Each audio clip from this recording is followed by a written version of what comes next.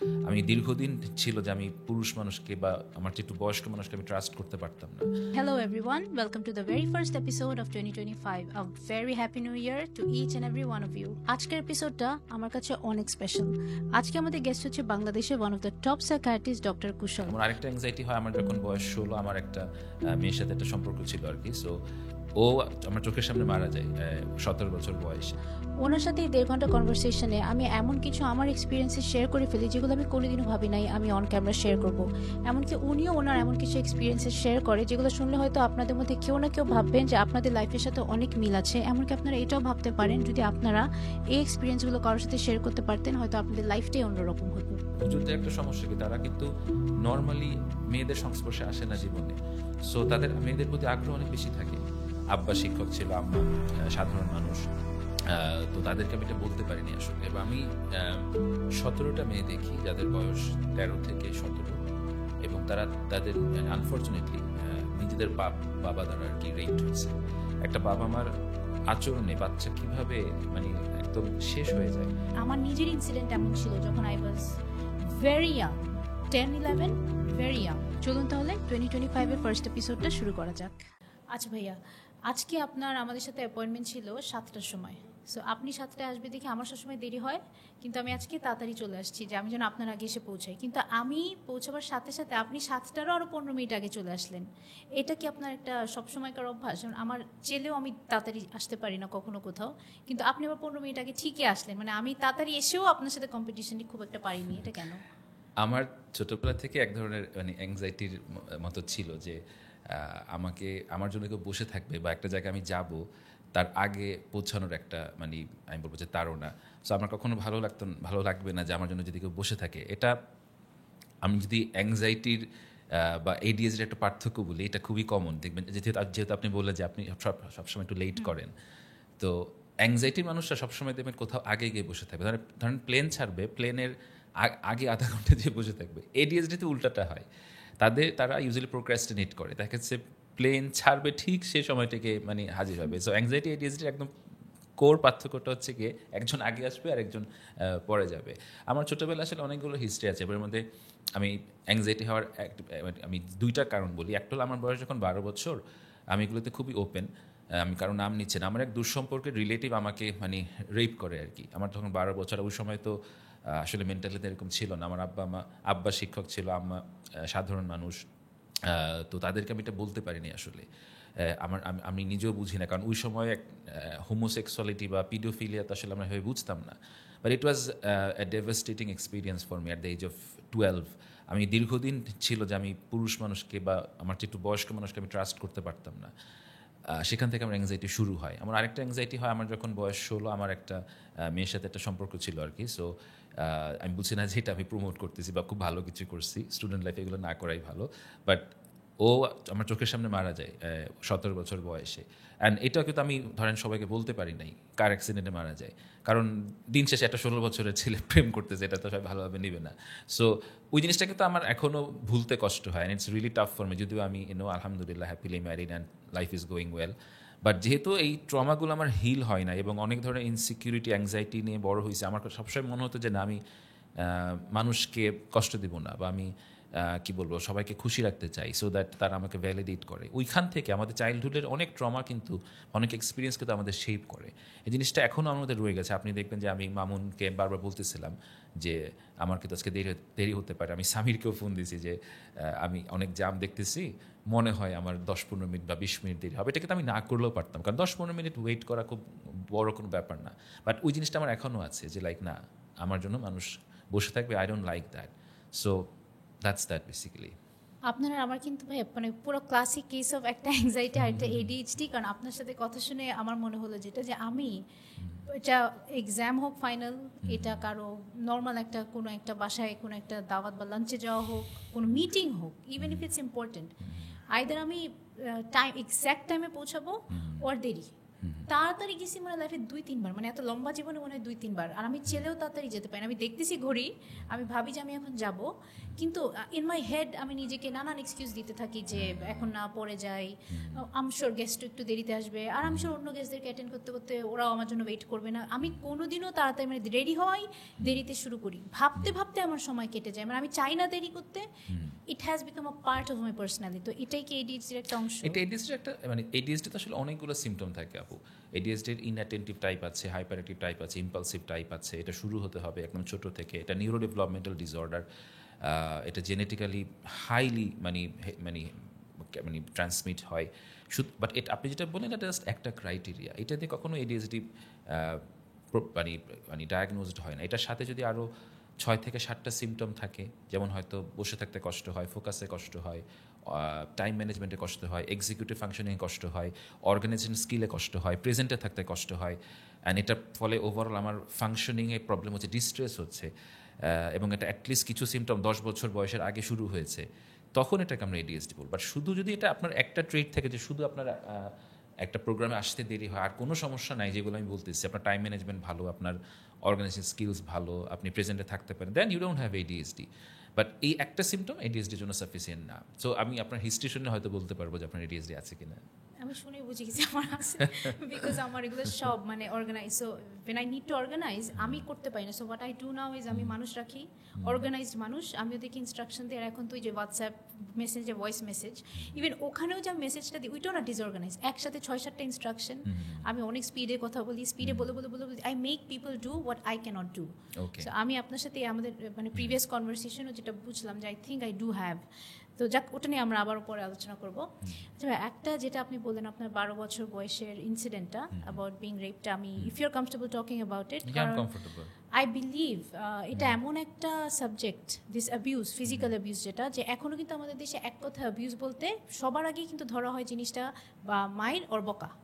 Physical abuse বলতে কিন্তু মারামারি, মা বাবার মারা বা চাচা চাচি, যেরকম র্যান্ডাম। আগের দিনে তো নিয়মই ছিল, যেমন ইভেন টিচার বাসায় পড়াতে আসলেও কিন্তু আগের দিনে মা বাবারা কিন্তু বসায় দিয়ে বলতো যে আপনাকে পড়াবেন, আর যদি পড়া না শুনে আপনি তাকে হাড্ডিগুলো ফেরত দিলেই হবে, আপনি যা লাগে, মানে এইগুলোই কিন্তু ছিল abuse. But that actual physical abuse বলতে যেটা আরেকটা অ্যাবিউজ, সেক্সুয়াল অ্যাবিউজ, এটা কিন্তু আমাদের দেশে এখনও ওপেনলি কথা বলা হয় না, taboo. And why I wanted to talk to about it, আমি একদম ক্লাসিক ব্রুটাল একটা কেস জানি। আর আপনারটা probably it was once toys, হ্যাঁ। সো আমি এটাই জন্য, কারণ আমি জানি ফর আ ফ্যাক্ট যে কিছু আছে মানুষ যারা হয়তো এটা থেকে নিজেকে মানে তাদের পার্সোনালিটি বদলাই গেল, রিপিটেডলি করতে। এবং আপনার এডুকেটেড ফ্যামিলিতে, স্ট্যান্ডার্ড ফ্যামিলিতে, মা বাবা ভাই বোন পাশের রুমে থাকা অবস্থায়, বাসার একজন স্টাফ, অ্যান্ড মানে বলতে একদম অ্যাবসলিউট এডুকেটেড ফ্যামিলিতে। অ্যান্ড যখন যে ভিকটিম সে বলে তার মা বাবাকে রিপিটেডলি, তারা জিনিসটাকে শান করে দেয়, সিরিয়াসলি নেয় না, বিশ্বাস করে না, আর যে স্টাফ তাকে বেরও করে না। ইট টুক দ্যাট পারসন ইয়ার্স, যখন তার নিজের ভাই বোনের ছেলে মেয়ে হওয়া শুরু করে, আউটবার্স্ট হয় যখন তারও এটা ফেরত আসে যে ওদেরকেও তো করবে, মানে ওই যে একটা ছেলেই ছেলেকে করা, ওদেরকেও তো করবে। সো এটার জন্য আমার মনে হয় you can help a lot of people. কারণ আমার মনে হয় ঘরে ঘরে না হলেও কিন্তু এভরি মানে 3 out of 10 হাউসেস যদি ধরেন ফ্যামিলিজ এরকম হয়, চাচারা করে, আইনো দাদারা করে, এবং ছেলেরাও যে ছেলেদেরকে অ্যাবিউজ করতে পারে এটা কিন্তু এখনও মানা একটু ডিফিকাল্ট। আমাদের কিন্তু মেয়েরা আমরা একটা হয়তো অ্যাডাল্ট পুরুষকে তার থেকে দূরে রাখার কথা বলি, বাট একজন ছেলে বাচ্চাকেও যে একজন পুরুষ করতে পারে, ইভেন একটা অ্যাডাল্ট ফিমেলও করতে পারে একটা মাইনরকে। 8 নম্বর, এই সব কিছু কিন্তু আমাদের দেশে মানতে চায় না, হয়তো জানে ঠিকই, মানতে চায় না, ফেস করতে চায় না, হয়তো অ্যাওয়ারনেসও কিন্তু আমার মনে হয় না, আপনি ভালো বুঝবেন, আমার মনে হয় এই ব্যাপারে অ্যাওয়ারনেস আরও হওয়া উচিত, যেটা আজকাল হচ্ছে না। ডেফিনেটলি। আমি 17টা মেয়ে দেখি যাদের বয়স 13 থেকে 17, এবং তাদের আনফর্চুনেটলি নিজেদের বাবা দ্বারা আর কি রেপড হয়েছে। সো ইউ ক্যান আন্ডারস্ট্যান্ড যে সোসাইটিতে কত কিছু হয়। এই 17টা মেয়ে তো আমার কাছে এসেছে, এবং কত মেয়ে হয়তো আসছে না, কারণ কে তাকে আনবে, সে অ্যাফোর্ড করবে কিভাবে, বা ভয় লজ্জা, আমি তো যেমন ভয় লজ্জায় বলতেই পারি না কাউকে। সো সোসাইটিতে অনেক কিছু আছে যেটা খুবই খুবই ট্র্যাজিক এবং দুর্ভাগ্যজনক। আমরা যত বেশি কথা বলবো এটা নিয়ে, আপনি একটা প্রোগ্রাম করছেন, এটার মাধ্যমে হয়তো 10টা বা 20টা মেয়ে জানতে পারবে যাদের এই এক্সপিরিয়েন্স আছে। আমি তাদেরকে যেটা বলতে চাই যে ট্রুথফুল স্পিকিং রিডিমস পিপল। আপনি একজনের কাছে গিয়ে এই জিনিসটা বলেন। যেমন আমি যখন পর্ন এডিক্টেড নিয়ে কাজ করি, আমি তাদের প্রথমে যে কথাটা বলি যে তুমি যে এখানে এসে আমাকে বলছো যে তুমি পর্ন দেখো বা যাই দেখো না কেন, এটাই তোমাকে অর্ধেক সুস্থ করবে, কারণ তুমি এটা কখনো কারণ বলতে পারো না, তুমি এটার জন্য লজ্জা পেয়ে বসেছিলে। অ্যান্ড এই যে রেপ কেসেসের যে যারা ভিকটিম, তাদের একটা মজার জিনিস হচ্ছে বা অদ্ভুত জিনিস হচ্ছে, তাদের প্রাইমারি ইমোশন থাকে হচ্ছে গিল্ট। সো তারা ভিকটিম, তারা কষ্ট পেল, বাট তারা নিজেরাই অনুশোচনায় ভুগছে যে অ্যাজ ইফ দোষটা বোধ হয় আমার। হ্যাঁ, এই লজ্জাটা, গিল্টটা যদি আমরা ভাঙিয়ে দিই এবং সে জাস্ট বলতে পারে একজনকে, তখনই কিন্তু সে বেচারার অনেকটাই সুস্থ হয়ে যাবে। আমি থেরাপি স্টার্টই করি নাই, তাতেই সে অর্ধেক সুস্থ হয়ে গেল। সো ট্রুথফুল স্পিকিং খুবই ইম্পর্টেন্ট। যে একজন থেরাপিস্টের কাছে যখন আপনি আসবেন, অনেক সময় আমরা বুঝতে পারি না যে আসবো, কথাই তো বলবো, কি হবে এমন। হ্যাঁ, বাট আপনি যে বলছেন কারোর সাথে এবং সে যে আপনার সিক্রেটটা রাখছে, এমপ্যাথি দিচ্ছে, অ্যাক্টিভ লিসনিং করছে, এবং তারপর তো হিলিংয়ের প্রসেসে আপনি যাবেনই, বাট হিলিংয়ের প্রসেস অ্যাটলিস্ট শুরু করাই আপনার সমস্যা অনেকটাই দূর করে ফেলবে। এবং তারপর আপনি যে জিনিসটা করবেন না, আমি যে কোনো ভিকটিমদের বলতেছি, সেটা রেপ ভিকটিম হোক বা ট্রমার ভিকটিম হোক, যে আপনারা জাস্ট ভিকটিম প্লে করবেন না, ব্লেম করবেন না আপনার ভাগ্যকে, পৃথিবীকে, কারণ এটা হিল করা যায়। আলটিমেটলি আমরা সবাই জীবনে সাফার করছি। যেমন আমি যেটা বললাম যে আমি আমার চাইল্ডহুড, হয়তো এই পডকাস্টে শুনে মনে হচ্ছে যে খুব দুঃখের গেছে, আমার চাইল্ডহুড কিন্তু এত দুঃখের যায় না। I was raised up very well by my parents. আমার বাবা শিক্ষক ছিলেন, আমি বুয়েটের মতো জায়গায় বড় হয়েছি, যেটা বাংলাদেশের খুবই সুন্দর একটা জায়গা, শিক্ষিত মানুষদের জায়গা। আমার মা খুব লাভিং মানুষ, হয়তো তিনি মেন্টাল হেলথ বুঝতেন না, কিন্তু তিনি আমাকে অনেক আদর দিয়ে বড় করেছে। আমার ছোট ভাই খুব ভালো, I had a very good wife. আমার অনেক ভালো বন্ধু ছিল টিনেজ লাইফে। সো আমি যখন পিছনে ফিরে তাকাই, আমি যেমন খুবই দুঃসহনীয় কিছু স্মৃতি দেখি, আমি অনেক ভালো স্মৃতিও দেখি। এবং এটার আমি যেটা বলতে চাই মানুষকে, যে সবসময় পিছনে ফিরে তাকালে আপনি গ্রেটফুল হওয়ার চেষ্টা করেন regardless. So try to B grateful regardless, because gratefulness মানুষকে অনেক ভালো রাখে, কারণ এটা ছাড়া আমাদের কোনো অপশন নাই। আমরা সবাই পিছনে ফিরে তাকালে অনেক দুঃখের ঘটনা দেখব এবং কষ্টের ঘটনা দেখব। What ever we focus grows. So আমাদেরকে অ্যাক্টিভলি মেডিটেশন করে হোক বা জার্নালিং করে হোক, আমাদের গ্রেটফুল হওয়ার চেষ্টা করতে হবে। যেটা আমি পেয়েছি, আমার বাবা হয়তো আমাকে বুঝে নেয়, মা বুঝছে, হয়তো বাবা মা কেউ বুঝে নেয়, হয়তো আমার সিবলিং বুঝেছে, হয়তো ভাই বুঝে নেয়, আমার বয়ফ্রেন্ডটা বুঝছে, হয়তো বয়ফ্রেন্ড বুঝে নেয়, আমার কোনো একটা টিচার বুঝছে। কিছু না কিছু বা কেউ না কেউ আপনার জীবনে আসবে যে আপনাকে টেনে তুলবে। সবাই আপনাকে কষ্ট দেওয়ার জন্য এখানে আসে নাই। আমাদের সমস্যাটা কী হয় যে আমরা বাছাই করে 2-3টা জিনিস নেগেটিভ, এটাকে আমরা বড় করি, একটা তিলকে তাল করি। হ্যাঁ, সো আমার এখানে দেখবেন একটা দাগ আছে, এটাকে বা নাকের এখানে, এটাকে যদি আমরা একটা ম্যাগনিফাইং গ্লাস দিই, এটা এত বড় হয়ে যায়। কিন্তু এটা যদি আপনি জাস্ট দূর থেকে দেখেন, it's just a spot, right? It's just a spot in the face. So আমি আমার টিনেজ লাইফটাকে যদি বলি যে আমার জীবনে অনেক কষ্ট, রেপড হয়েছি, হাই হাই কী হলো, সমাজ বোঝে না, তাহলে আমি সারা জীবন এরকমই মিজারেবল থাকবো, টক্সিক থাকবো, বিটার থাকবো, আমি প্রতিহিংসা পরায়ণ হব, অ্যাগ্রেসিভ হব, এবং আমি নিজেকে কষ্ট দিব, অন্যকেও কষ্ট দিব। তার চাইতে আমি কী করি, তার চাইতে আমি যেটা করতে পারতাম, যে আমি মেনে নিয়ে কারোর সাথে বসতে পারতাম, আমি হিল করতে পারতাম। আমার কষ্টটা থাকতো, আমার কষ্টটা এখনও আসলে আছে, আমার এখনও পিটিএসডির মতো সিমটম হয়, আমি এখনও নাইটমেয়ার্স দেখি, 2টা কারণেই। কিন্তু আমি এটা নিয়ে কাউকে ব্লেম করি না। আমি অলওয়েজ মনে করি আমি লাইফে ভালো ছিলাম, ভালো আছি, কারণ এটা আমার একটা লাইফ, আমার এই লাইফটাকে কাজে লাগাতে হবে। আমার চাইতে একটা বস্তি ছিল আর অনেক বেশি ট্রমায় থাকে। সো আমি ব্লেম করব কাকে? আমি কোনো লাভ নাই তো ব্লেম করে। সো থেরাপিতে আসার অ্যাডভান্টেজেসগুলো এবং লক্ষ্যটা মানুষকে বুঝতে হবে, যে আমি থেরাপিতে আসতেছি নিজের লাইফটা ইমপ্রুভ করার জন্য, শুধুমাত্র কথা বলে ব্লেম করার জন্য না। আজকাল অনেক টিনেজার বা জেন জেড বা জেন আলফার ছেলেমেয়েরা কিন্তু এই জিনিসটা বুঝতে পারে না। তারা মনে করে যে থেরাপি রুম মানে হচ্ছে আমাকে কোনো প্রকারের কোনো সাজেশন দেওয়া যাবে না, কোনো প্রকারের কোনো ডিরেকশন দেওয়া যাবে না, আমি শুধু কথা বলবো এবং আমি শুধু ব্লেম করবো এবং শুধু ভিকটিম প্লে করবো। এটা আসলে খুব ভালো কিছু না। আপনাকে অবশ্যই আমরা কথা শুনবো, আমরা আদর করে ইমপ্যাথি দিয়ে অ্যাক্টিভ লিসনিং করবো, 1 দিন 2 দিন 3 দিন 4 দিন, but then at one point যখন আপনি মোটামুটি হিল হয়েছেন বা আপনি কথাগুলো শেষ করেছেন, then we have to plan for a beneficial future. You can not moan all your life or whine about it all your life, অথবা স্টাক থাকা যাবে না, আপনাকে তো আগাতে হবে দিন শেষে, তাই না? সো রাইটস নিয়ে যেমন কথা বলা উচিত, রেসপন্সিবিলিটি নিয়েও কথা বলা উচিত। সো ট্রমা বা সেক্সুয়াল ভিকটিমদের জন্য আমার এই 2টাই সাজেশন। একটা হচ্ছে কি, it's very tough, don't feel guilt. আরেকটা হচ্ছে কি, এটা হিল হওয়া সম্ভব, আপনাকে জাস্ট দায়িত্ব নিয়ে হিলিং প্রসেসটা শুরু করতে হবে। আচ্ছা ভাই, আপনার কি মনে হয় না যে এই যে বললেন যে ফোকাস করা, যে লাইফে কি আমরা পেলাম, গ্রেটফুল হওয়ার ব্যাপারটা, সো আমি যে ভিক্টিমের ক্ষেত্রে বললাম যে he did try to share it with his parents, but আসলেও কিন্তু তার কথাটা কেউ সিরিয়াসলি নেয় ইয়ার্স, মানে probably it started when he was 5 or 6 and then it went on till he was 16. So এই যে তার রিপিটেড এবং তার নিজেই কোপ করার চেষ্টা করতো, নিজেকে এটার এগেনস্ট ডিফেন্ড করার চেষ্টা করতো, অ্যান্ড যখন স্টাফটা দেখতে পারলো যে তার বাসার কেউ তার কথা শুনছে না, তাদের মধ্যে এক ধরনের একটা কম্পিটিশন, যে মানে সেও তাকে এমনই বুঝে যে লাভ কি কাউকে বলে, and he was helpless for a very long time.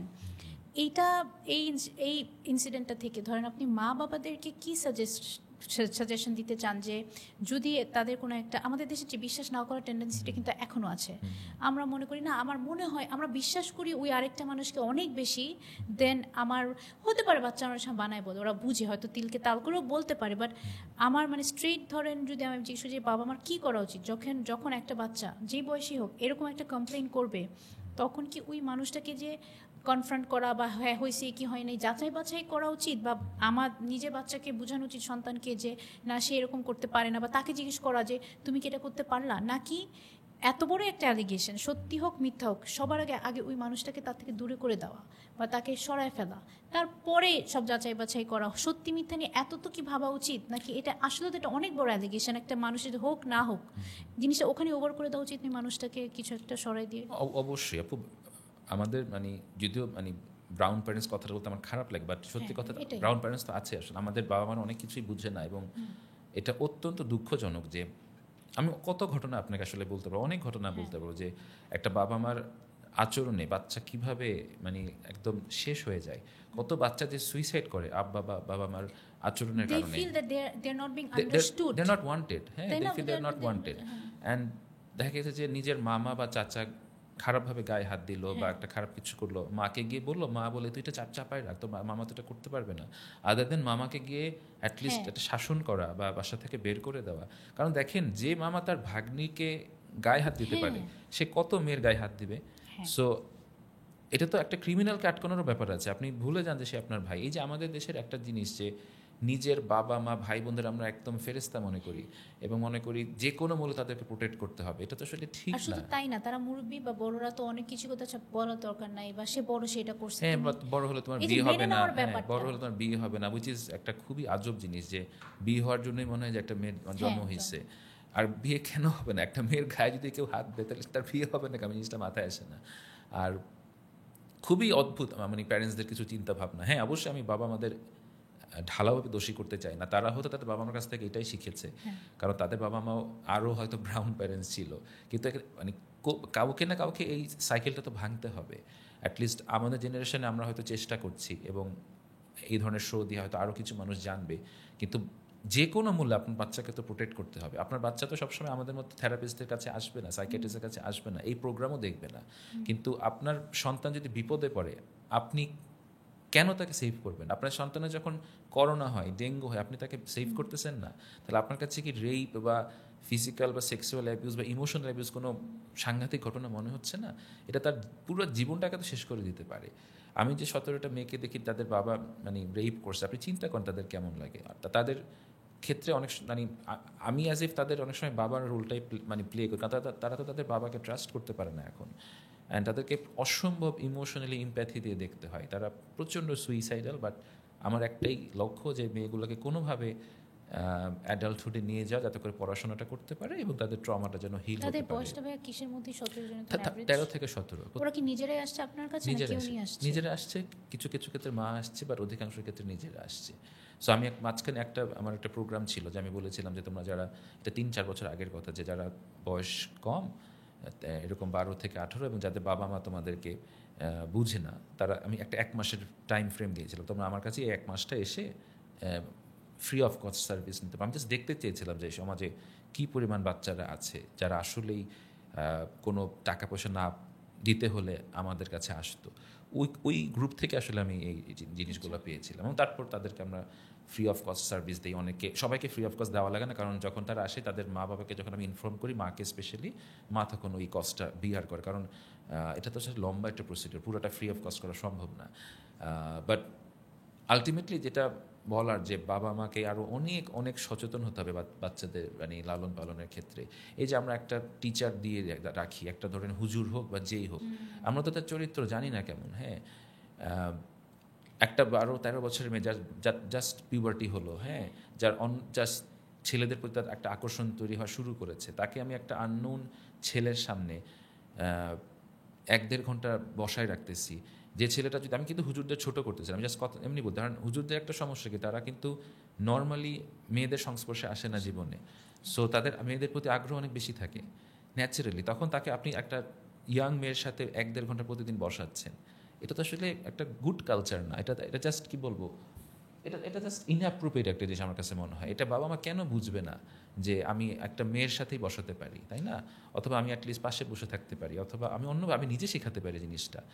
So এটা কিন্তু আমরা শুধু হুজুরদের ক্ষেত্রে, আমরা টিচারদের ক্ষেত্রে করি। আমরা একটা ধরনের একটা ভালো বুয়েট মেডিকেলের স্টুডেন্টদেরকে আমি একটা 14 বছর মেয়ের সামনে ছেড়ে দিতেছি। এখন আপনার কি মনে হয় যে মানে সকল ইউনিভার্সিটির ছেলেরা আসলে খুব ভালো ছেলে? অনেকেই তো ভীষণ রকমের ইথিক্যালি করাপ্টেড, তাই না?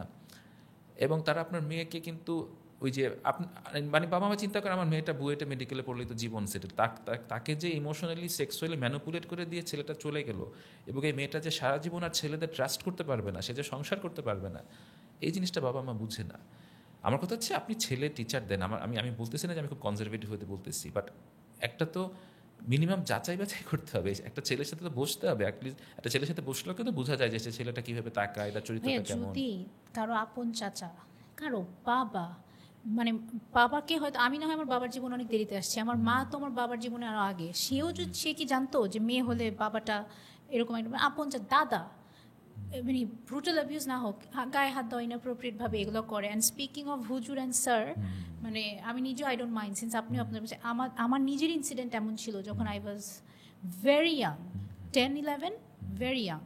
তখনও কিন্তু যেরকম, তখন কিন্তু কালচারই ছিল একটা ইয়াং ছেলে, ও পারে ভালো, পড়াশোনা ভালো করায়, তো এসে পড়াবে, যে ঘন্টার পর ঘন্টা বসে থাকে, এটা খুব বেশি ওই বয়সটা এত টেন্ডার, এত ভয় লাগে। কেউ যদি মানে 1-on-1 টেবিলে বসে যদি কেউ তাকেও থাকে, তাও কিন্তু মানে আমার যেটা মনে হয়, আপনি শিওর ইউ উইল অ্যাগ্রি, যে ইনঅ্যাপ্রোপ্রিয়েট টাচিং বা ইনঅ্যাপ্রোপ্রিয়েট এনিথিং একটা মেয়ে বাচ্চা স্পেশালি কিন্তু ফ্রম দ্য এজ অফ 4-5 ওরা বুঝে।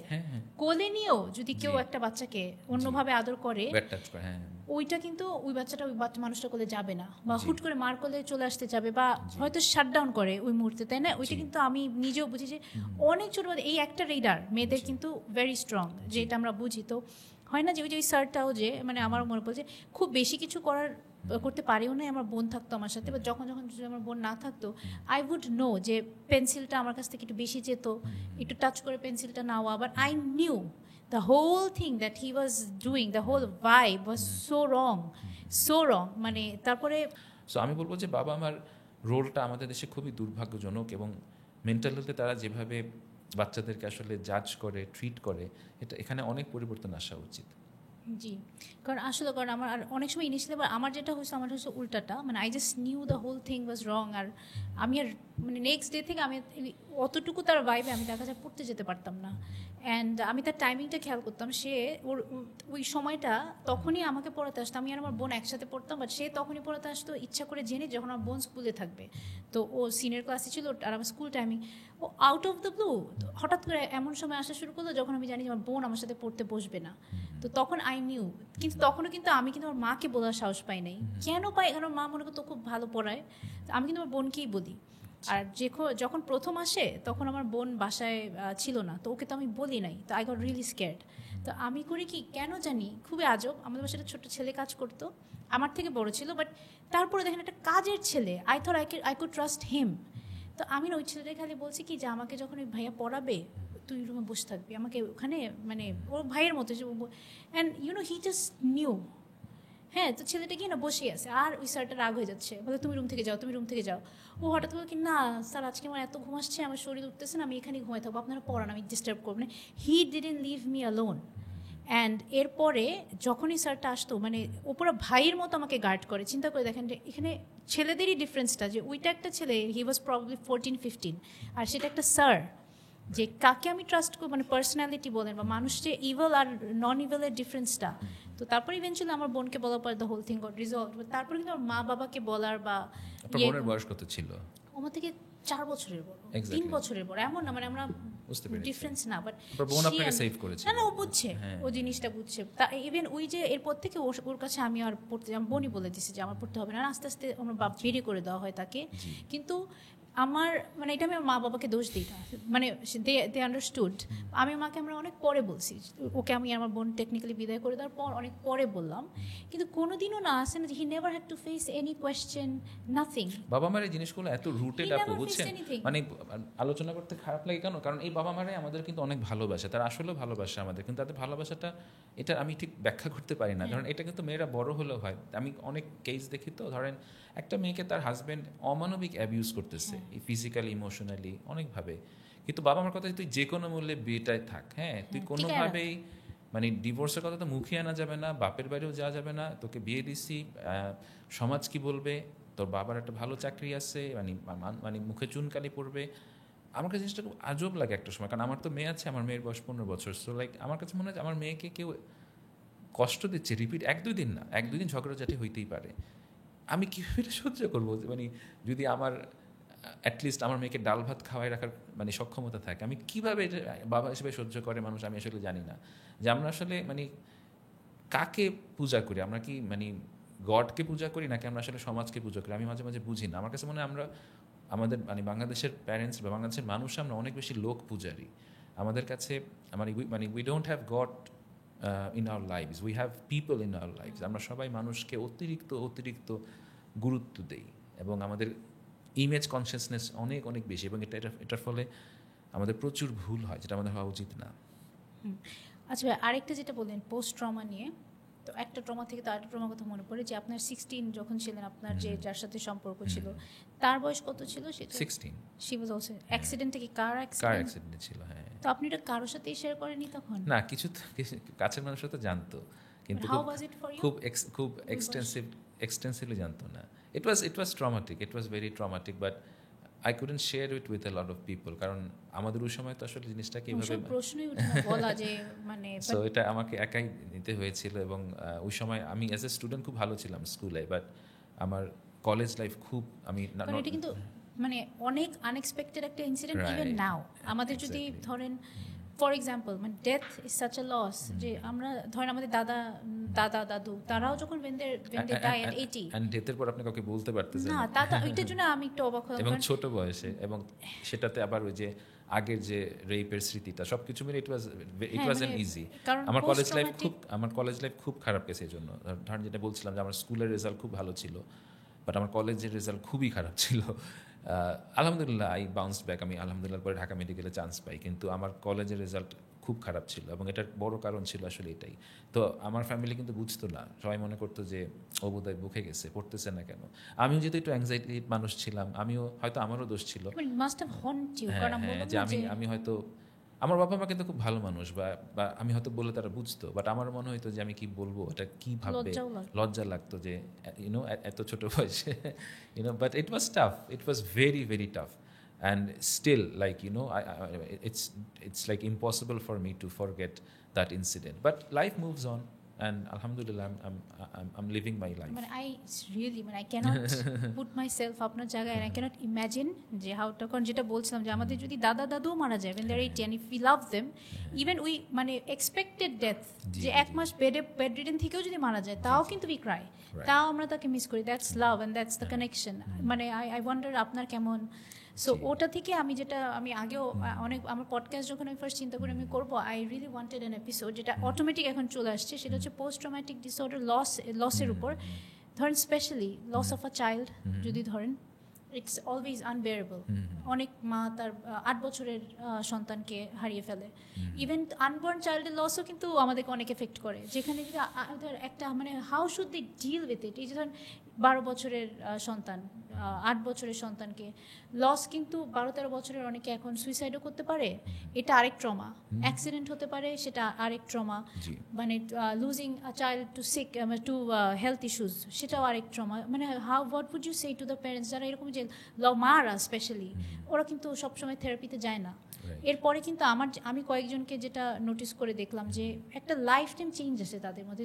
আমি জানি চেঞ্জটা কি, আইদার দে স্মাইললেস ওর শক্ত হয়ে যায় বা বেশি স্ট্রং হয়ে যায়, বা এটা থেরাপি না করলে বা যদি কিছু একটা ফর্ম অফ আপনি সাজেশন দিতে পারতেন, how should they deal with the loss of a child? আচ্ছা, পিটিএসডি একটু পিটিএসডি জিনিসটা হয় কি, এটা একটা এক্সটেন্সিভ ট্রমা থেকে হয়।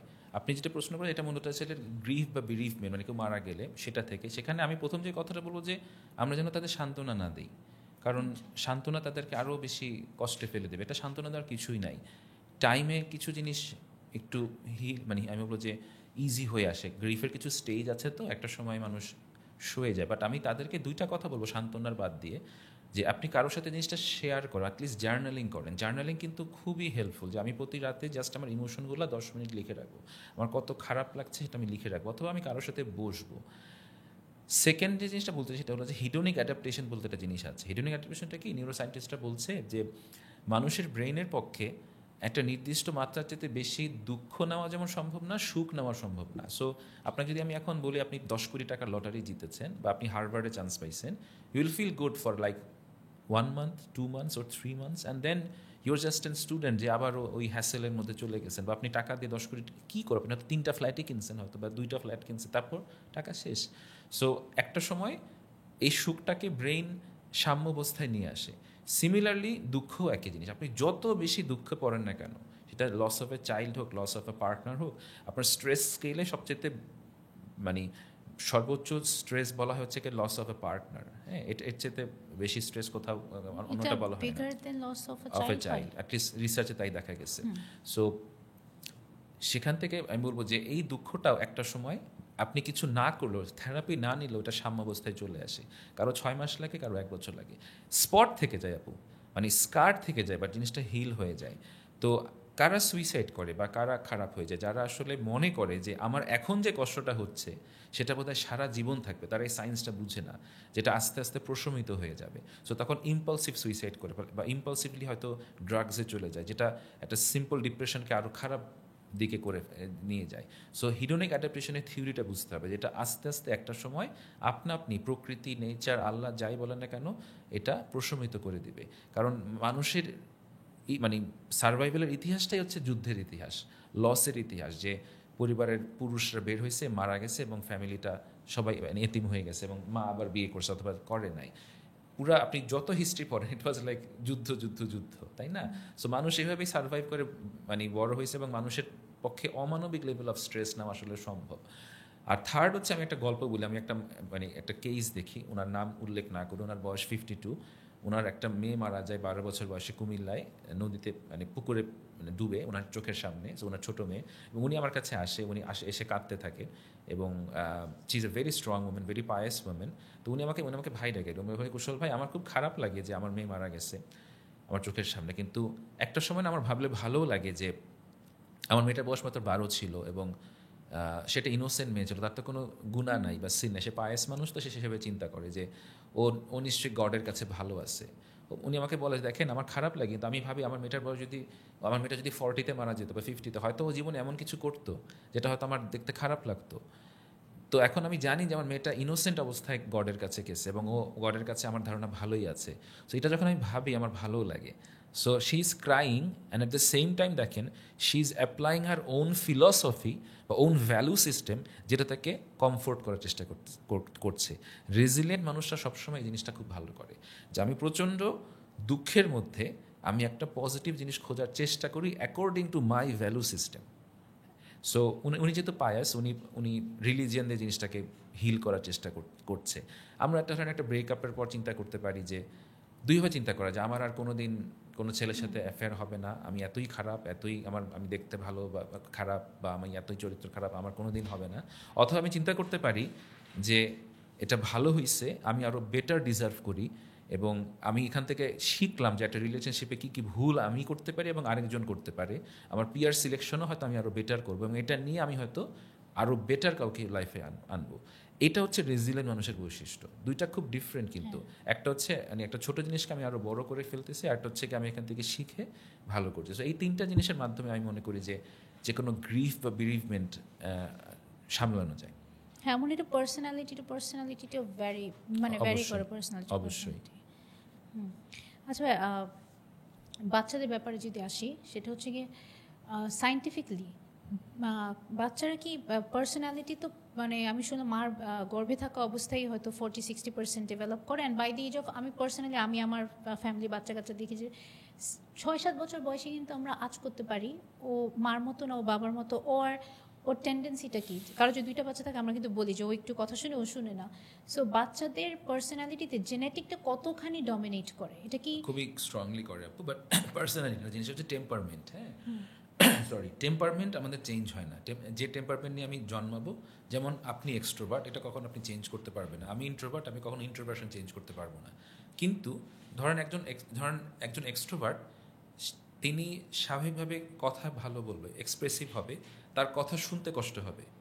আপনার জন্য কিন্তু অ্যাক্টিভ লিসেনিং কষ্ট, আপনার কথা বলতে ভালো লাগে, কিন্তু আপনি কিন্তু হয়তো এই জিনিসটা ট্রেনিং করে বা সোজা কথা কোথা থেকে শিখে আপনি ইমপ্রুভ করেছেন, ন্যাচারালি আপনি এটা ইমপ্রুভ করতে পারেন।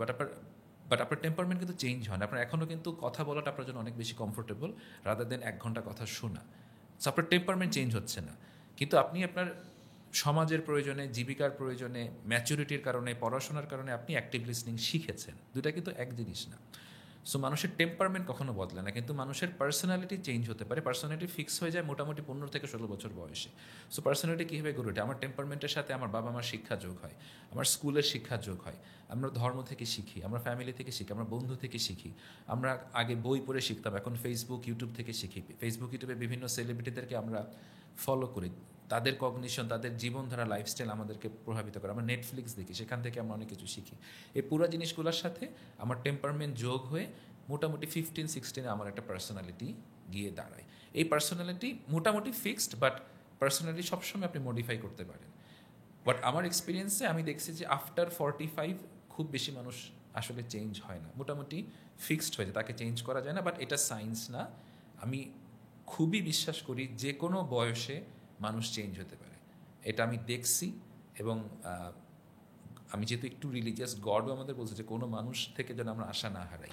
যে কোনো সময় যে কোনো মানুষের পক্ষে তার টেম্পারমেন্ট চেঞ্জ করা সম্ভব না, কিন্তু তার নেচার, স্বভাব, চরিত্র, cognition, the way he or she sees himself, the world and the people around him, everything can change. So এটা আমি বিলিভ করি। বাট যেহেতু মানুষ এত এনলাইটেন না আমাদের সমাজে, আপনি দেখবেন যে আফটার 45 আপনি কাউকে ভাঙতে পারতেছেন না, বাট উইদিন 15 to 45 মানুষকে ভাঙা সম্ভব, একদম নতুন করে ভাঙা সম্ভব। 15 to 45। আচ্ছা ভাই, আপনি নার্সিজমের উপর অনেক ভিডিও করেন, সো এটা কি একটা কন্ডিশন নাকি এটা একটা পার্সোনালিটি ট্রেট বা ডিসঅর্ডার হতে পারে। ট্রেট মানে একটা ধাঁচ, আর ডিসঅর্ডার মানে এই ধাঁচের ফলে যখন আমি আসলে প্রচণ্ড রকম ডিস্ট্রেসে থাকবো, অথবা আমার আশেপাশে মানুষকে আমি ডিস্ট্রেস দেওয়া শুরু করবো। এটা কি হতে পারে যে কারো মানে বাচ্চাদের ভিতরেও কি আমরা যদি দেখি যে বড় হলে এই সন্তানটা আমার বড় হলে একটা নার্সিস্টিক টাইপের পার্সোনালিটি, তখন কি ট্রেটস একটা বাচ্চার ভিতরে দেখলে মা বাবার আগে ঠিক হয়ে গেল তো হয়ে গেল, সে জাস্ট বাচ্চাটা দেখবে যে অন্য বাচ্চার প্রতি তাদের ইম্প্যাথি নাই, এটা হচ্ছে first sign. Is it possible যে একটা চাইল্ড 6 থেকে 12 বছরের চাইল্ডই বলবো ল্যাক্স এমপ্যাথি, কাইন্ডনেস? অনেক বাচ্চা বলি যে কাইন্ড হবে এমন তো কোনো কথা নেই, রাইট? 3-4 বছর বাচ্চার মধ্যে আপনি এটা দেখবেন যে, এবং এগুলো মূলত আসে কিন্তু বাবা মার কাছ থেকে। হয়তো বাবা মা নিজেই কাইন্ড না, বাবা মা বাচ্চার সামনে অন্যের নামে খারাপ কথা বলছে, বাবা মা বাচ্চার সামনে তার ভাই বোনের নামে ব্যাক বাইটিং করতেছে বা মিথ্যা কথা বলছে। যদি এগুলো কিছুই না করে, এটা ইউনিক কেস সম্ভব, বাট এটা খুব ডিফিকাল্ট তখন হয়তো, কারণ বাচ্চারা আসলে খুব পিওরভাবে বড় হয়, মানে জন্ম নেয়, বাচ্চাদের কোনো পাপ থাকে না, বাচ্চারা অ্যাবসলিউট ইনোসেন্টভাবে বড় হয়। বাচ্চারা ম্যাক্সিমাম জিনিস শিখে আসলে বাবা মার কাছ থেকে, সমাজ থেকে। এখন সমস্যা হয়ে গেছে, বাচ্চারা একটা বড় অংশ শিখে ইউটিউব থেকে বা স্ন্যাপচ্যাট থেকে বা ডিসকর্ড থেকে, ফ্রেন্ড থেকে, যেহেতু আর্লি এক্সপোজড হচ্ছে।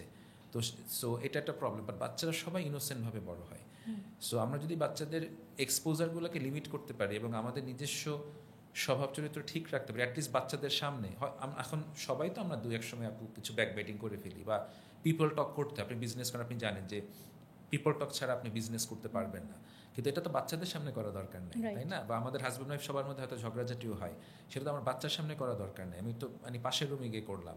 এতটুকু যদি খেয়াল করি এবং বাচ্চাদেরকে আর্লি লাইফে তাদের রোল মডেলগুলো আমরা ঠিক করে দিই, তখন ইউজুয়ালি বাচ্চাদের নার্সিসিজম বা অন্য খারাপ ট্রেট আসার কথা না।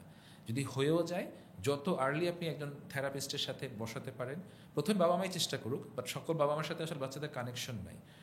বাবা মার সবসময় উচিত to connect before you correct. So প্রথম 1 থেকে 7 বছরে শুধু কানেকশনে যাওয়া উচিত। 7 থেকে 14তে যাওয়া উচিত হচ্ছে কিছুটা মানে মাইল্ড কারেকশনে, বা মানে 7 থেকে 10-এ যাওয়া উচিত মাইল্ড কারেকশনে, 11 থেকে 14তে স্ট্রং কারেকশনে যাওয়া উচিত। 14-র পর ওই বাচ্চাকে আপনি আর ঠিক করতে পারবেন না। সো প্রথম 7 বছর আমি শুধু কানেকশন করব, 7 থেকে 10 আমি আস্তে আস্তে মাইল্ড কারেকশনে যাব। আমি বাচ্চাটা কেন কারেকশন করবে? কারণ সে আপনার সাথে কানেক্টেড। সে বাচ্চাটা আপনাকে হারাই ফেলার ভয় থেকে বা আপনার ভালোবাসার অভাবের জন্য সে আপনার কথা শুনবে। কিন্তু আপনি তাকে কোনোদিন ভালোবাসেন নাই, ইমপ্যাথি দেন নাই, তার সাথে খেলেন নাই, আপনি বাসায় ফিরে খালি মোবাইল দেখছেন এবং আপনি আশা করতেছেন বাচ্চা 10 বছরে আপনার সব কথা শুনবে, এটা ইম্পসিবল, সম্ভব না। বাচ্চা শুনবে না আপনার কথা, বাচ্চা সে ইউটিউব ইনফ্লুয়েন্সারের কথা শুনবে, কারণ যে তাকে সময় দিচ্ছে। অথবা বাচ্চাটা তার ফ্রেন্ডের কথা শুনবে যে তাকে ডিসকর্ডে সময় দিয়েছে, বা তার কাজিনটার কথা শুনবে যে তাকে সময় অ্যাটেনশনটা দিয়েছে। So connect before you correct is very important. আর 14 বছর বয়সের পর বাচ্চা কী হবে, আমি বলছি না যে প্যারেন্টিং বন্ধ করে দিতে হবে, কিন্তু এটা আপনি মোটামুটি ধরে নিতে পারেন যে যা হবার হয়ে গেছে। এরপর আপনি জাস্ট তার সাথে বন্ধুর একটা মানে বন্ধু ভাবাপন্ন হয়ে থাকতে পারেন, তাকে বেসিক ইথিক্স শেখাতে পারেন এবং তার জন্য দোয়া করতে পারেন। এটা ছাড়া খুব বেশি কিছু করার নাই। That is after 14। আফটার 14। আচ্ছা, আর ভাইয়া male child and female child, ওদের ভিতরে সেম এজে একটা মেল আর একটা ফিমেল বাচ্চার ভিতরে মেচুরিটি ডিফারেন্স থাকে না? মানে মেয়েরা tends to be more mature than definitely ছেলেদের থেকে, এটা তো পুরো সায়েন্টিফিক। হ্যাঁ, একটা মেয়ে at least 2 years more senior than, মানে মেন্টালি সিনিয়র দেন। এটা কারণটা কি? এটা জাস্ট গড বা নেচার আমাদের এভাবে তৈরি করছে। এবং আরেকটা মজার জিনিস হচ্ছে, এটাও কিন্তু আমার কোনো সায়েন্টিফিক ব্যাখ্যা নেই, বাট আমি যেটা দেখছি যে একটা মেয়ে যখন তার একটা বেবি হয় তার বয়স অ্যাটলিস্ট 2 বছর বাড়ে। সো ধরেন আমি আমার ওয়াইফ আমার বয়সে বড়, বেশি তো বড় না, জাস্ট 13 দিনের বড়। সো ওর আমাদের 3 সন্তান, তো আপনি ধরে নিতে পারেন যে ও আমার 8 বছরের সিনিয়র। কারণ সো মানে একে তো আমরা একই বয়স, সো ও আমার 2 বছর বেশি মেন্টালি ম্যাচিওর। এখন ম্যাচিউরিটি নিয়ে মানুষ কী করে এটা একটা ডিফারেন্ট আলোচনা। সবাই ম্যাচিউরিটি নিয়ে ভালো কিছু করে না, বা সবাই ম্যাচিউরও না, বাট প্রত্যেকটা সন্তান হওয়ার আমি দেখছি মেয়েদের ম্যাচুরিটি অ্যাটলিস্ট 2 বছর বাড়ে।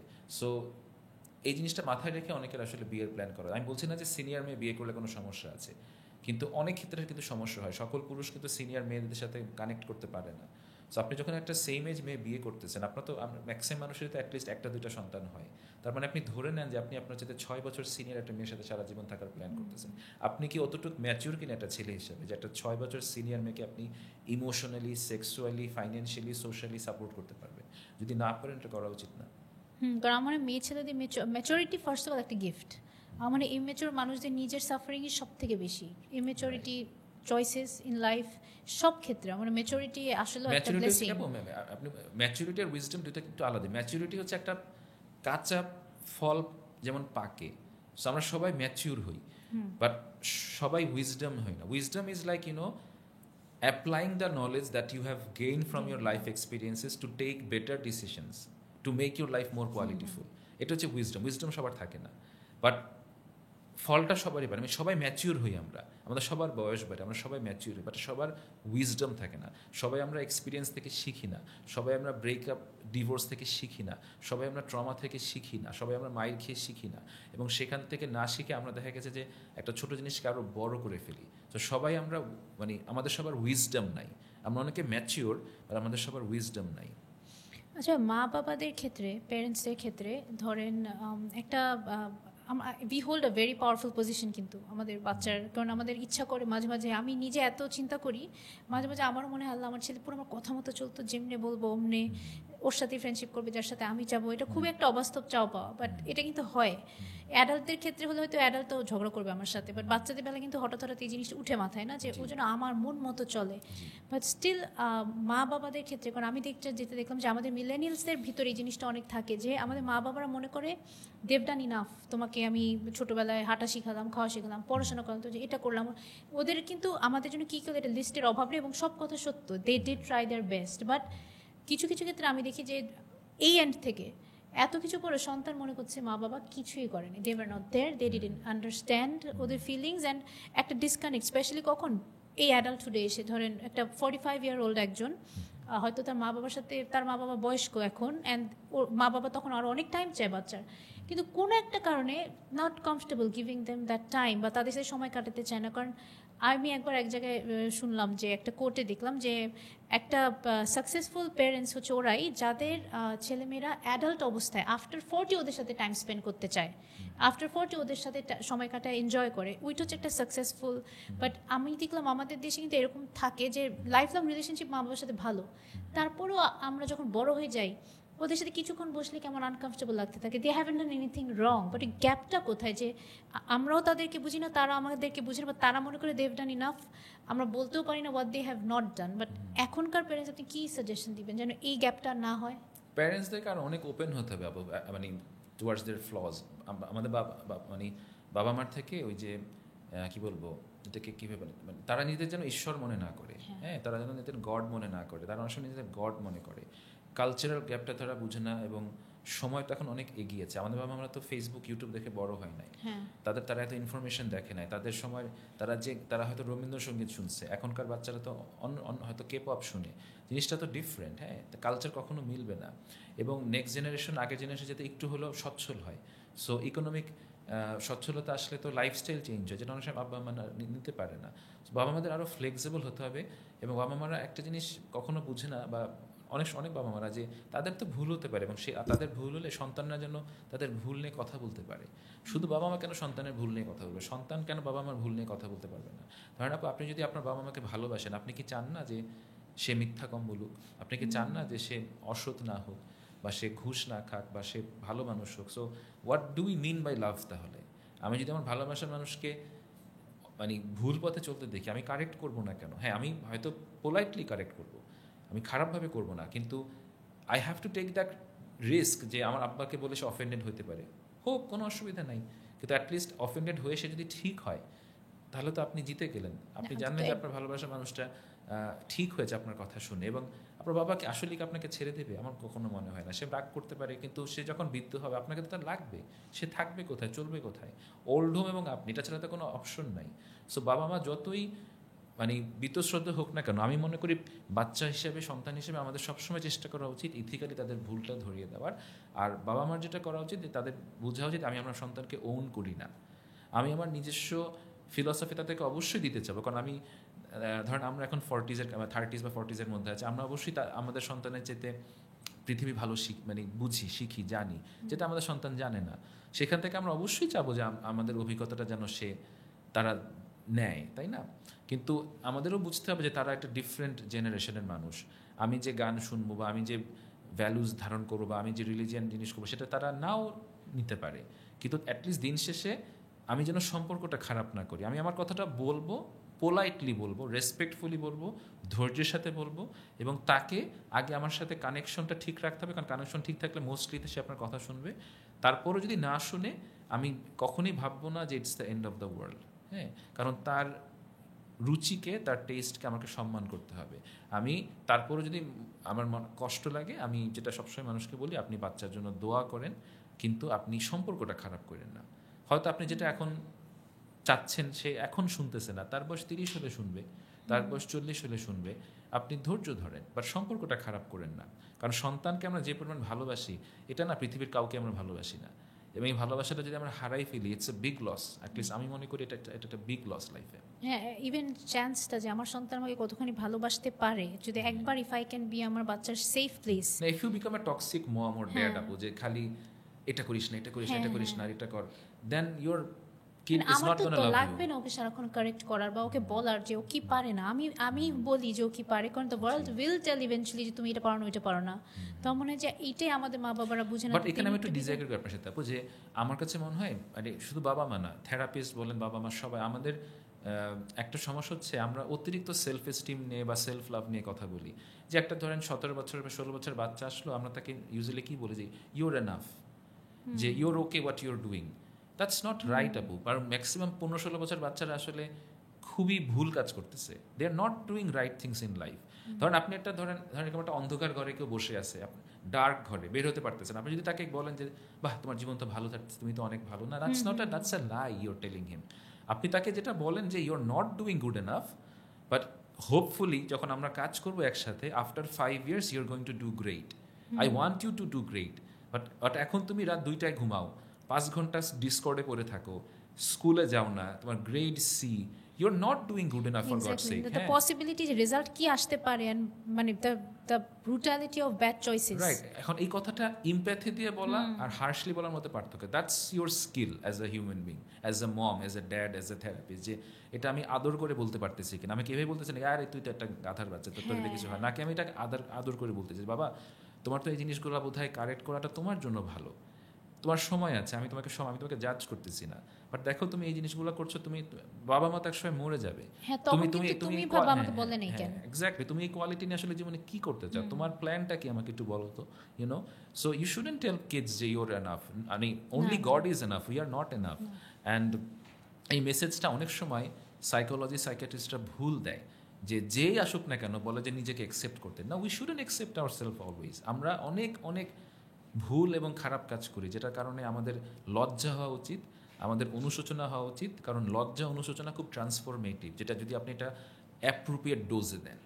মানে গিল্ট অতটুক যে গিল্ট আপনাকে একদম ইউনো রাস্তায় বা মাটিতে মিশাই ফেলবে না, সেই গিল্ট ভালো। ওই গিল্ট খারাপ যেটা আপনাকে একদম মাটিতে মিশাই ফেলবে, বাট অল্প স্বল্প গিল্ট ইজ ভেরি ট্রান্সফরমেটিভ। আপনি চোর এবং আপনার কোনো গিল্ট নাই, আপনি কীভাবে চুরি করা ছাড়বেন? আপনি একজন মিথ্যুক, ঠকবাজ, আপনার মধ্যে কোনো লজ্জা নাই, আপনি কীভাবে থেরাপিতে এসে আপনি ভালো হবেন? ইউনো, সো আপনাকে প্রপার ইমোশন দেওয়া শিখতে হয় বাচ্চাদের। হ্যাঁ, অ্যান্ড অলসো আমারও মনে হয় যে এই নতুন দিনে সেলফ লাভটা একটু বেশি glorified than needed, and also over praising বাচ্চাদেরকে। সেলফ লাভ আপনাকে আলটিমেটলি নার্সিসিস্টের দিকে আপনি জিজ্ঞেস করছিলেন না, এখন বাচ্চারা কেন নার্সিসিস্ট হচ্ছে বেশি, কারণ তারা মানে সেলফ লাভের ওভার চর্চা করতেছে। অ্যান্ড একটা বাচ্চা যে অলরেডি কি বলবো একটু নার্সিসিস্ট, তাকে আপনি অতিরিক্ত সেলফ লাভ শিখানো, ইটস লাইক হিটলারকে আপনি বন্দুক দিতেছেন, জিনিসটা আর কিচ্ছু না। হ্যাঁ, so self love should also always be coupled with self responsibility. আমি শুধু রাইটস বলবো, বাট আমার কোনো রেসপন্সিবিলিটি নাই, আমি তো আসলে জীবনে প্রচণ্ড রকম ধরা খাবো তাহলে। আর আমার মনে হয়, correct me if I am wrong, আমার মনে হয় after a certain age, even it can be 8-9 বছরের পর একটা বাচ্চার সাথে ওভাবে কমিউনিকেট করা উচিত যেভাবে আমরা একটা অ্যাডাল্টের সাথে কমিউনিকেট করি, একটু ম্যাচিওরভাবে, হয়তো আরেকটু মানে পোলাইটলি বুঝিয়েও, বাট ওভাবেই ট্রিট করে বোঝানো উচিত, কারণ ওর লাইফের চয়েসেস কনসিকুয়েন্স ওকে ফেস করতে হবে। বাচ্চাদেরকে মানে আমরা এখন বড়দেরকে ইনফ্যান্টের মতো ট্রিট করি, দেখা গেছে 18 বছরের বাচ্চাকে আম্মা খাওয়াই দিতেছে, হ্যাঁ, 1-2 দিন খাওয়ানোর সমস্যা না, আমিও এখন মাঝে মাঝে আম্মার কাছে শুয়ে থাকি, আমার ভালো লাগে, কিন্তু দ্যাট ডাজন্ট মিন যে আমি এখন প্রত্যেক দিন আম্মাকে বলবো যে ইউনো আম্মা আমার বিছানাটা গুছায় দাও, বা আমার এটা করে দাও, আমার শার্টটা স্ত্রী করে দেয়। We shouldn't be like this. যত ছোট থেকে একটা বাচ্চাকে মানে অ্যাডাল্ট ফিল করানো যায়। পৃথিবীর ইতিহাসে 14 বছর বয়সী মানুষ যুদ্ধ লিড করছে, যুদ্ধের মেইন সেনাপতি ছিল, আর আমরা একটা 14 বছরের বাচ্চাকে মানে কি বলবো, যেভাবে মানে কি বলবো, এত বাচ্চার মতো মানুষ করি, এই সন্তানগুলো কিভাবে একটা ফ্যামিলি মানে রান করবে? সো এখনকার যারা বাচ্চারা বড় হচ্ছে, তাদেরকে আরও অনেক বেশি সেলফ লাভের পাশাপাশি তাদের রেসপন্সিবিলিটি, এই মানে লাইফ ভালো কিছু করার একটা মিনিং খোঁজার চেষ্টা করতে হবে, তা না হলে তারা আসলে ভালো কিছু করবে না। ইম্পালসিভ প্লেজার বা যে কোনো হ্যাপিনেস কখনো আপনাকে লাইফে মিনিং দিবে না। লাইফে মিনিং দেয় হচ্ছে একমাত্র রেসপন্সিবিলিটি নেওয়া। যেমন আপনি এখানে বসে আছেন, যদি আপনি যদি এখানে বসেই থাকেন, একটা সময় আপনি মারা যাবেন, আপনি বসেই আছেন, আপনি কিছুই করতেছেন না। সো লাইক আপনি আমাকে বললেন যে ভাই আমি কী করবো বসে না থেকে, আমি বললাম যে ভাই আপনি তাহলে চলেন তো আমরা চিন্তা করি যে আমরা উঠে কী করতে পারি। সো লাইক আমরা যদি দেখি যে লাইক ঈশা আপু দেখতেছে যে ঈশা আপু যাদেরকে রেসপেক্ট করে লাইফে, তারা কী করে। সো তারা বেসিক্যালি প্রথম যে কাজটা করে, দে আর নট অ্যাটলিস্ট মানে as useless as those person যারা নিজেদের টেক কেয়ার নিজেরা করে না, তারা নিজের কাজটা নিজে করে, তাই না? সো আপনি আগে নিজের কাজটা নিজে করেন, নিজের সকল সেলফ কেয়ার ইনশিওর করেন, ব্যায়াম, খাওয়া, nutrition and everything. And then যখন আপনার সেলফ কেয়ার ইনশিওর হলো, আপনি তারপর দেখেন যে আপনার ফ্যামিলির জন্য কিছু করা যায় কিনা, ইউনো, আপনার সময় আছে ফ্যামিলির জন্য আপনি করলেন, তারপর আপনি দেখেন আপনার কমিউনিটির জন্য কিছু করা যায় কিনা, যে আপনি অরফ্যানদের জন্য করলেন, ওমেন্স রাইটস নিয়ে করলেন, আপনি পথশিশুর জন্য করলেন, and that's what gives meaning to your life. কারণ দেখেন আপনার লাইফে কিন্তু অনেক দুঃখ কষ্ট আসবে, কিন্তু এই জিনিসগুলো যদি না থাকে, যে আমি নিজের যত্ন নিব না, আমি ফ্যামিলিকেও দেখবো না, আমি কমিউনিটিকে দেখবো না, আমি জাস্ট নিজের ইম্পালসিভ প্লেজার এবং হ্যাপিনেস নিয়ে ভাবলাম, সবসময় খালি গান শুনবো, কনসার্ট দেখবো আর উইড খাবো, তাহলে তো আমি কখনোই ভালো থাকবো না।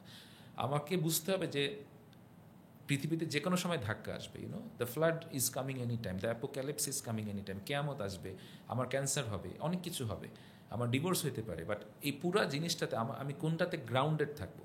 আমি গ্রাউন্ডেড থাকবো যখন আমি কিছু কাজ করব নিজের জন্য এবং সমাজের জন্য এবং ফ্যামিলির জন্য। That will keep me grounded. এটা ছাড়া আর কোনো আশা নেই আমাদের পৃথিবীতে ভালো থাকার, কারণ life is very very very very tragic and difficult.